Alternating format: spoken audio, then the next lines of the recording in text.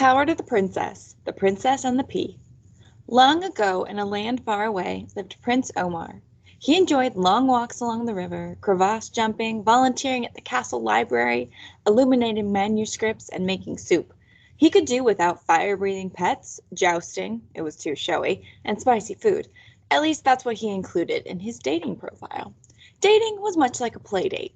You went on outings with lots of new people to learn about them and to try new things. Sometimes you made a great new friend, sometimes there was great romance, and sometimes there were just awkward periods of silence. The last kind, the awkward kind, were the sort of dates Prince Omar specialized in. They were dreadful. For example, his uncle set him up with an endearing witch, but she crashed her broom on the way to their date, and Prince Omar ended up having to take her straight to the royal infirmary. Then a cousin paired Prince Omar with a damsel in distress, but she needed everything done for her, from lifting her soup spoon at dinner to carrying her up her tower steps at the end of the evening. It was exhausting. He met an ogress for luncheon, but he slipped and fell in her giant teapot. The last straw came on a date with a werewolf who had tried to hide her true self. The trouble was, Prince Omar had planned an evening hike to view the harvest moon. That time, it was the prince's date who took him to the infirmary. Prince Omar was close to giving up and letting his parents choose for him. This had worked for some of his friends whose parents had a good sense of them, but unfortunately, Omar's parents had towering expectations for anyone he dated, and old-fashioned ideas. They had it in their heads that he should date a delicate princess. The prince mulled it over for the umpteenth time one afternoon, feeling very deflated. Even the weather seemed to share his mood. A great storm was brewing nearby and cast everything into gloom and mist. Little did Prince Omar know that, just on the other side of the mist, lived an intrepid young princess named Savina, who shared his struggle. Princess Savina had also tried her hand at dating. The princess was looking for someone that shared her adventurous spirit, but could be just as happy at home working on a puzzle. She loved cooking, boating, volunteering with gnomes, refreshing community plots and bogs. She didn't care for scary stories or magic beans. Princess Savina had been on just as many bad dates as Prince Omar.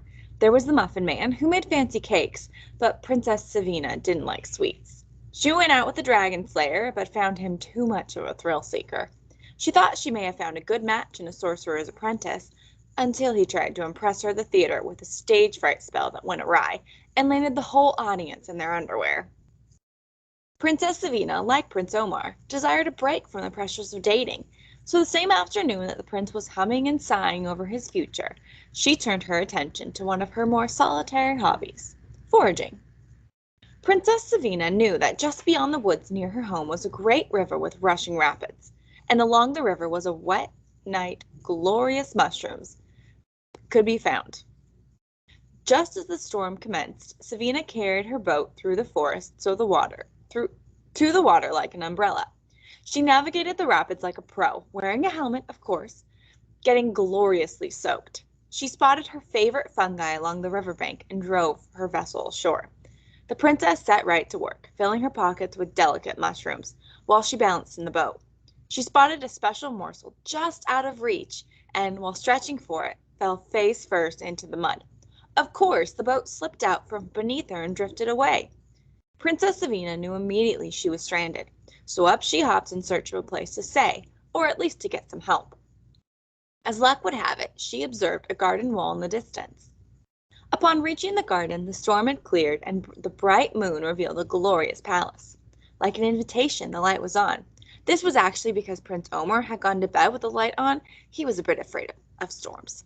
Princess Savina rang the bell and was received by the residents of the castle, the king, queen, and a very sleepy Prince Omar. "Well, what do we have here?" asked the queen, sticking her nose up at the princess. "Good evening. I'm Princess Savina," she introduced herself. "I'm sorry to bother you, but I lost my boat in the river. I could use a place to clean up and figure out how to get home."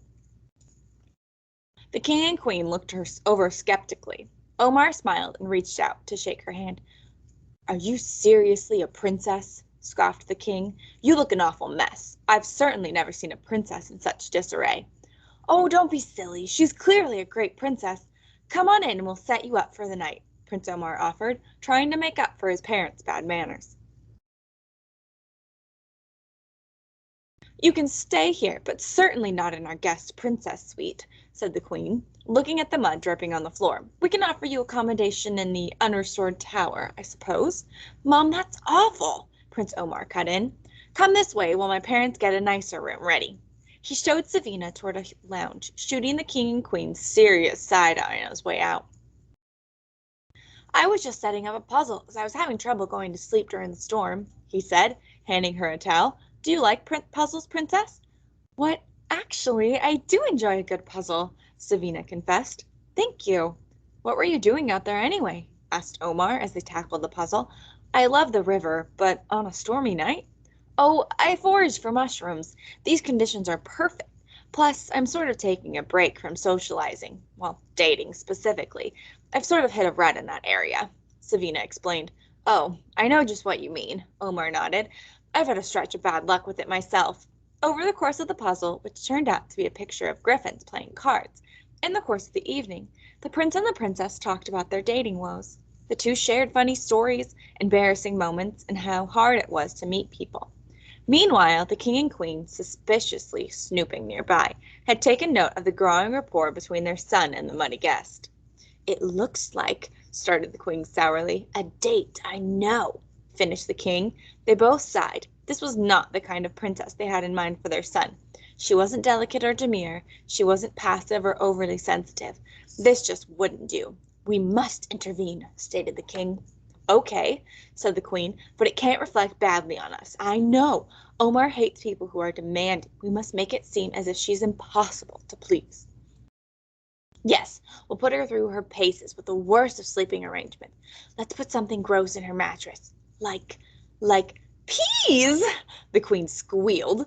Yes, then her true colors will show. If she's any kind of princess at all, she'll toss and turn and complain. When she makes such a fuss, Omar's sure to forget about her.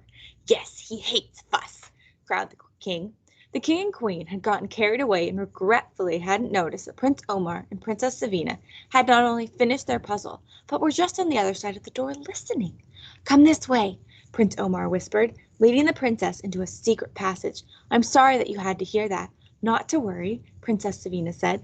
I've been surrounded by those pressures my whole life, but I think we can beat them at their own game, she proposed, with a gleam in her eye. Let's do it, said Prince Omar, grinning. You have to pretend to go to sleep, then meet me in the secret passage and hand over the can of peas. I'll take it to their room and tuck it under their bed. Then we'll see what they're made of. Time for bed, announced the king and queen. Everyone said a royal good night and headed off to their separate chambers.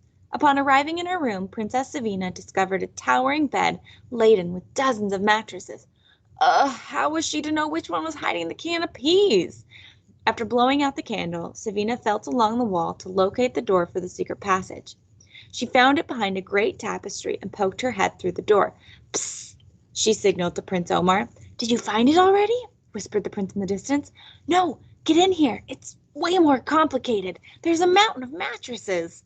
Omar sighed and slid along the secret passage wall until he reached Princess Savina. Together, they silently unpacked each mattress one by one.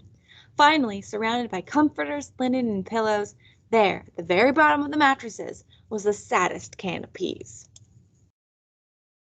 Princess Savina collected the bedding into a cozy nest and enjoyed a great night of sleep. Prince Omar hastened to his parents' room and crept in right away. He slid his hand beneath the mattress of their great gilded bed and lifted the offending can.